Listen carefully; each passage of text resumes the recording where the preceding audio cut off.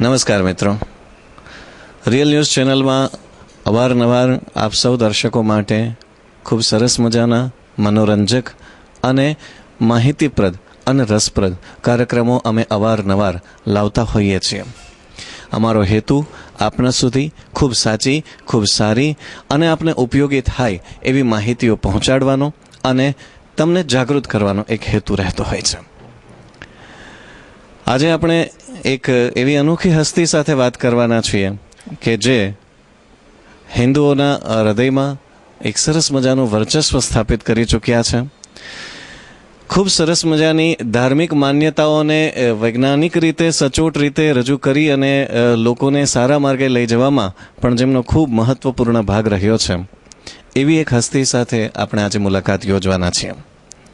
આપણે સૌ જાણીએ છીએ કે રામાયણની રચના થઈ ત્યારથી રામાયણ ખૂબ પ્રચલિત હતી, પરંતુ સામાન્ય વર્ગ સુધી, સામાન્ય લોકો સુધી જનભાષામાં એ રામાયણ પહોંચાડવાનું જે કામ હતું એ ગોસ્વામી તુલસીદાસજીએ કર્યું. અને જ્યારથી ગોસ્વામી તુલસીદાસજીએ રામચરિત માનસની રચના કરી, એ જનમુખે ગવાતી થઈ અને સામાન્ય લોકો પણ રામાયણનો આસ્વાદ લેતા થયા. શિવકથા વિશે ઘણી બધી માહિતીઓ લોકોમાં પ્રચલિત હતી, પણ એ શિવકથાને લોકો સુધી લોકોની ભાષામાં પહોંચાડવું એ ઘણું મહત્વનું પરંતુ ઘણું અઘરું કાર્ય હતું. અને એ કાર્યને લોકો સુધી સરસ પહોંચાડવામાં જેમણે બહુ મહત્વપૂર્ણ રોલ અદા કર્યો છે એવા પૂજ્ય શ્રી ગિરિબાપુ આજે આપણી સાથે છે. તો આપણે પૂજ્ય ગિરિબાપુનું આપણા રિયલ સ્ટુડિયોમાં સ્વાગત કરીએ. સ્વાગત છે આપણું બાપુ. ઓમ નમઃ શિવાય. આપ સૌનું પણ સ્વાગત છે. ઓમ નમઃ શિવાય. તો પરિચયની વધારે જરૂરિયાત નથી. એક એવી હસ્તી અને એવા પૂજ્યશ્રી આપણી સાથે છે. તો પૂજ્ય બાપુની સાથે આપણે વાર્તાલાપની શરૂઆત કરીએ એ પહેલાં જ્યારે પૂર્વ ભૂમિકામાં આપણે વાત કરી છે શિવકથાની, ત્યારે બાપુને સૌથી પહેલાં એ જ પૂછીએ કે લોકો સુધી જનભાષામાં શિવકથાને પહોંચાડવાનું આ સરસ મજાનું કામ એમણે કેવી રીતે શરૂઆત કરી, એમના મનમાં આ વિચાર કેવી રીતે આવ્યો? હું જ્યારે ભણતો હતો ત્યારે રામકથા, શ્રીમદ ભાગવત કથા, બહુ કથાઓ થતી હતી, પણ શિવ મહાપણ કથા કરનાર બહુ ઓછા હતા. જેટલી લોકભોગ્ય થવી જોઈએ તેટલી શિવ મહાપણ કથા થતી નહીં હતી. ઘણા પૂર્વજો, ઘણા વડીલો શિવ મહાપણ કથા કરતા હતા, પણ નાનપણથી એક તમન્ના હતી કે જેવી રીતે શ્રી રામચરિત માનસ કથા થાય, જેવી રીતે શ્રીમદ ભાગવત કથા થાય, તેવી રીતે મોટા રૂપમાં શિવ મહાપણ કથા થાય એવો એક હૃદયનો ઉદ્ગાર હતો. બાલ્યવસ્થે શિવ ભક્તિ, અમે લોકો દસનામ ગોસ્વામી, શિવજીના પૂજારી, અમે ગીરી, એટલે લોહીમાં તો શિવ ભક્તિ અમારી પરંપરામાં ભળેલી હોય છે. બસ એક વિચાર કે શિવ કથા લોકપ્રિય બને. તો 12 ધોરણ પાસ કર્યા પછી હું થોડું સંસ્કૃત ભણ્યો અને શિવ મહાપણનો પાઠ કર્યો. અને આ કથા લોકપ્રિય કેવી રીતે બને અને લોકોની ભાષામાં કેવી રીતે આપણે તેને સમજાવી શકીએ અને મહાદેવ પ્રત્યેની જે અમાન્યતાઓ છે તે કેવી રીતે દૂર થાય એવો એક પ્રયાસ કરી અને આજે શિવ મહાપણ કથાને લોકોએ સરસ રીતે વધાવી છે. અને મહાદેવજીના ભક્તો માટે શિવકથા, શિવ મહાપુરાણ એક અનેરો ગ્રંથ છે. 18 પુરાણમાં શ્રેષ્ઠ ગ્રંથ છે. 18 પુરાણમાં મહાપુરાણ છે. એ શિવ મહાપુરાણ છે અને શિવ મહાપુરાણમાં ભરપૂર ભગવાન શિવજીનો મહિમા ભરવામાં આવ્યો છે. ભગવાન વેદવ્યાસ રચિત આ શિવ મહાપુરાણ સુંદર અને શ્રેષ્ઠ ગ્રંથ છે. સામાન્ય રીતે શિવ નામ જ ઘણું બધું કહી જાય છે અને શિવ પંચાક્ષરી મંત્રનો જપ કરવાથી અનેક જન્મોના પાપોનો નાશ થતો હોય છે. તો શિવકથાનો એક એક શબ્દ ખરેખર માણસના જીવનમાં ઘણા બધા મહત્વના ભાગ અદા કરી શકે છે. પણ બાપુને ખાસ પૂછીએ કે બાપુ, એવો કયો ભાગ છે, એવો કયો પ્રસંગ છે કે જે ખરેખર તમને હૃદય સ્પર્શી લાગ્યો છે? શિવ મહાપણમાં તો ભગવાન શિવજીનું ચરિત્ર એક એક હૃદય સ્પર્શી જાય તેવું છે.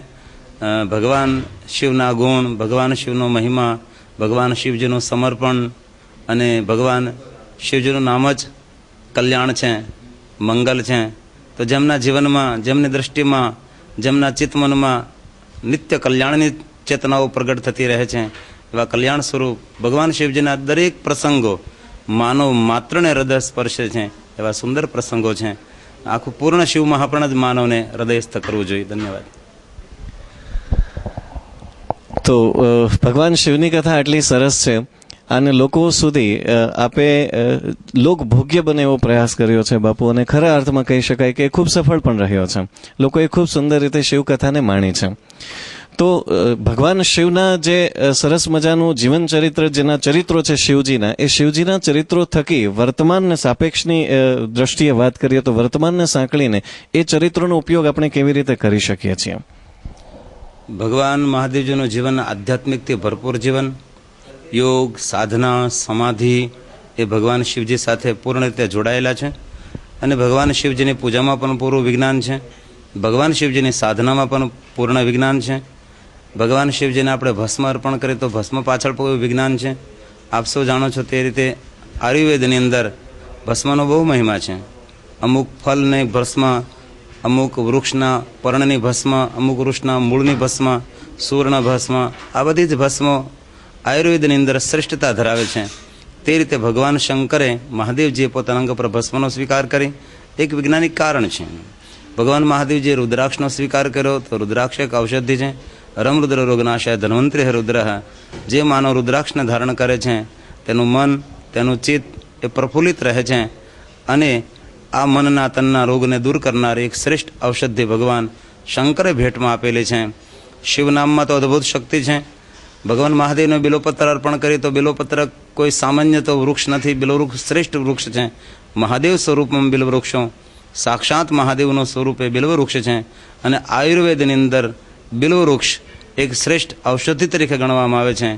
તેમના મૂળથી લઈને, તેમના કાષ્ઠથી લઈને, છાલથી લઈ, પર્ણથી લઈને, ફૂલથી લઈ અને ફલથી બીજ સુધી પૂર્ણ વૃક્ષ એ આયુર્વેદ છે. અનેક એના આયુર્વેદની અંદર પ્રયોગો છે. તો ભગવાન શંકર સાથે તો અનેક વિજ્ઞાન જોડાયેલું છે. ભગવાન